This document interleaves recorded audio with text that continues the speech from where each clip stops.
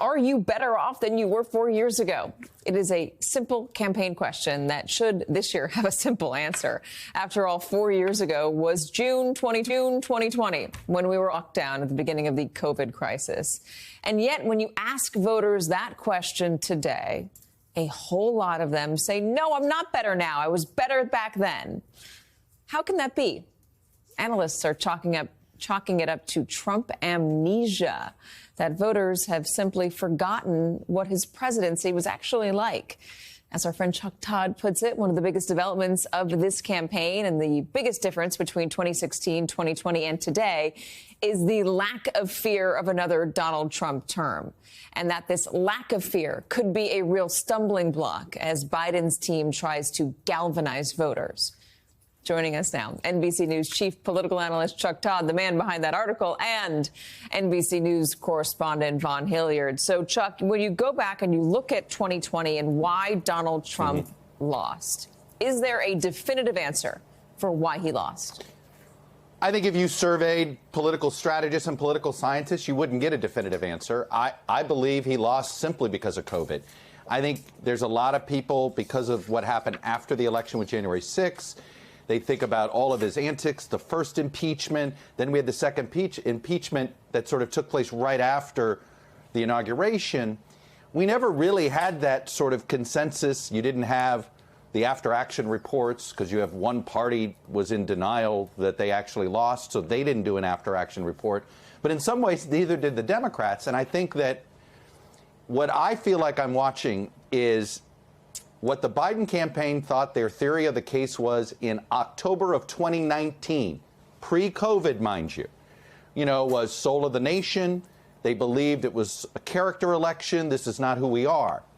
Obviously, as COVID happened, it became a presidential leadership test. And look, this was the most erratic moment in my lifetime of a president and his behavior during a crisis and a national emergency.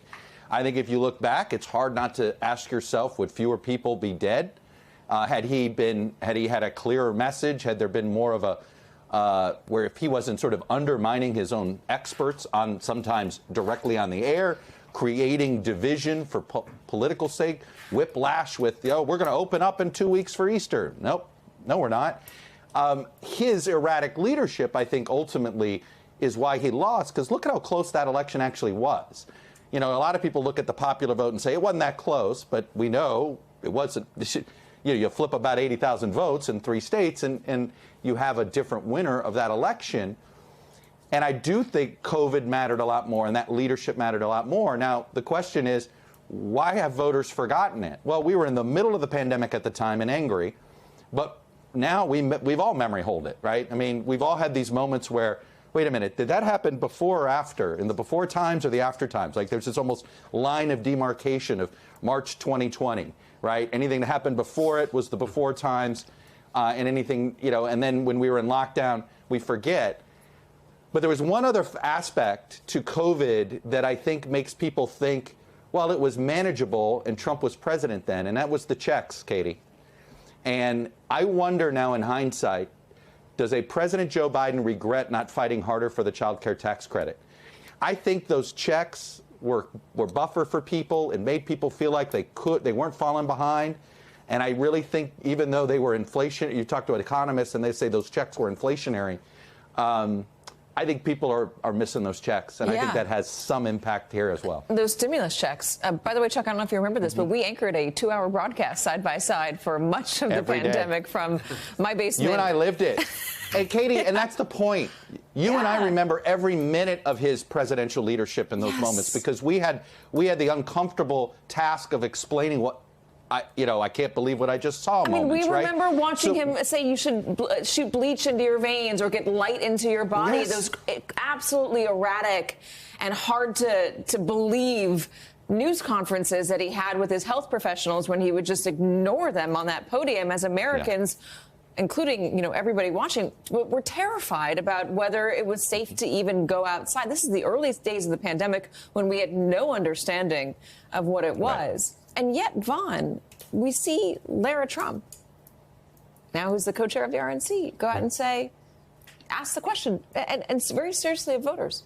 do you think you're better off today than you were 4 years ago? And she gets the answer she wants to hear from a big chunk of voters, which is, no, I'm not. I was better under Trump. Why do they believe that they can get away with that? I think that, to Chuck's point, folks forget the politics of it. They remember a life that they lived, again, outside of politics before the pandemic. And for Donald Trump and for Laura Trump, right, they're heralding folks back to memories of their own lives at that point in time versus whatever they are experiencing life now. And there's something to that here. And, if you're Donald Trump and that team here, right, when we talk about amnesia, for so many of his loyal supporters, and guess what? The base is going to be so crucial in this election. Yeah. Base supporters can win you an election here. And kind of like Buffalo Bills fans, right? You keep missing the field goal, but guess what? That fan base only becomes more firm and more solid and more passionate because they continue to come that close. And they have had multiple galvanizing events ever since Donald Trump left office, those 2022 midterms when he traveled around the country rallying for Trump-backed candidates. Each of those indictments in 2023, now a criminal trial.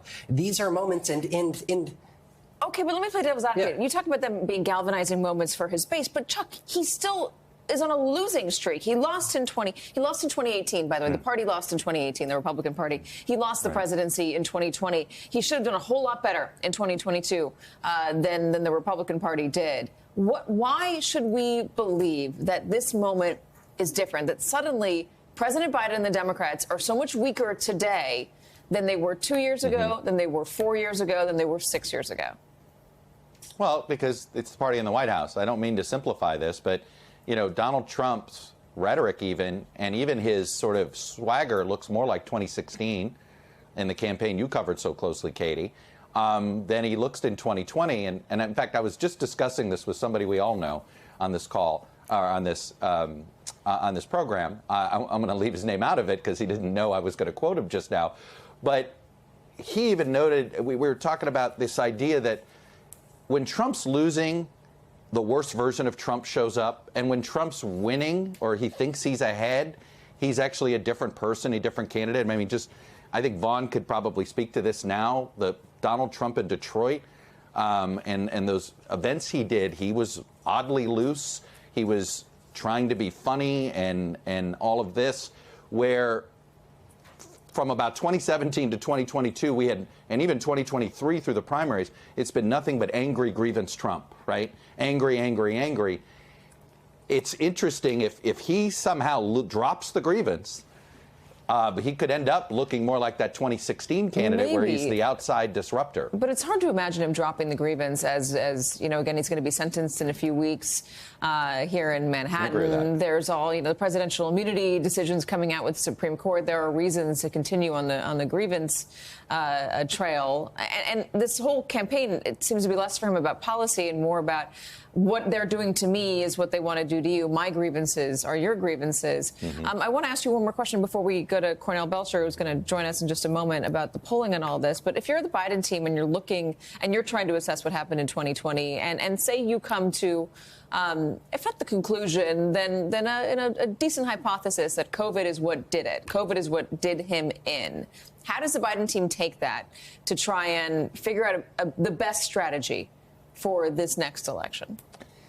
Look, I think they're trying to get there, which is simply make it about the next 4 years, not the last 4 years, right? I think some voters are going to sit there and Trump wants it to be a comparison of the 4 years because they believe they have a better economic story to tell. This was what Obama and Romney, the Romney campaign in 2012 wanted to make it about the last 4 years, and the Obama campaign worked really hard to make it about not were you better off now than you were 4 years ago, but are you going to be better off in 4 years from now than you are today? And I do think that ultimately, when you have two candidates that have basically equal negatives right now, and they do, then you do need to make it about a forward-looking. You can't make it a personality contest. And this is, by the way, I'm skeptical character is going to work here. And I would argue that maybe character has never mattered that much in presidential elections. We always want to believe it is. We think it should.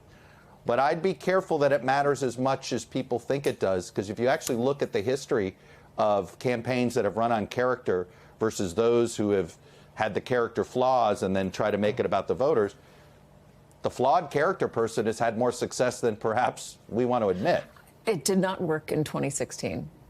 Going against character didn't work, even with the Access Hollywood tape, with everything that Donald Trump was doing in 2016. All of the character hits that he took for things that he said, and he still won. I want to have you back on to talk about that character line. I'd like to know more of the history of it. Chuck Todd, thank you very much. Vaughn Hilliard, thank you as well.